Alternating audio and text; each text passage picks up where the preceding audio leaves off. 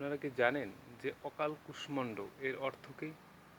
অনেকেই জানে না। অকাল কুষ্মাণ্ডটা কোথা থেকে এসেছে সেটাও অনেকে জানে না। তো আজকে আমি আপনাদের বলবো যে অকাল কুষ্মাণ্ড এর অর্থ কী এবং এটা কোথা থেকে উৎপত্তি হয়েছে। তো চলুন জেনে নেওয়া যাক। অকাল কুষ্মাণ্ড হলো অপদার্থ বা অকেজো যাকে আমরা বলি। তো এর উৎপত্তি কীভাবে হয়েছে সেটা এখন আমি আপনাদেরকে বলছি, শুনুন। ধৃতরাষ্ট্রের পত্নী গান্ধারী গর্ভবতী ছিলেন, কিন্তু গর্ভধারণের 2 বৎসর পরেও তার কোনো সন্তান ভূমিষ্ঠ হচ্ছিল না।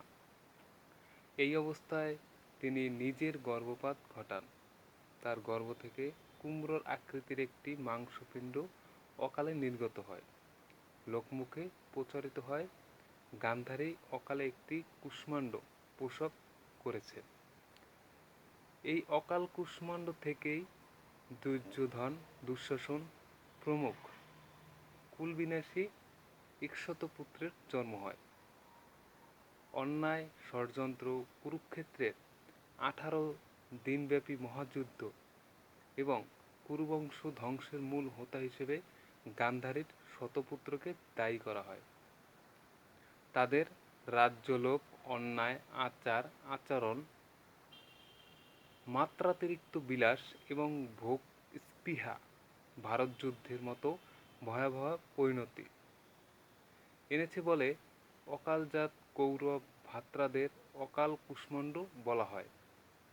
আমাদের সমাজে আমরা এ প্রবাদকে প্রায় একই অর্থে ব্যবহার করি, যেমন অপদার্থ, দুষ্কর্মা, ক্ষতিকর ও অনির্দিষ্টকারীদের বোঝায়।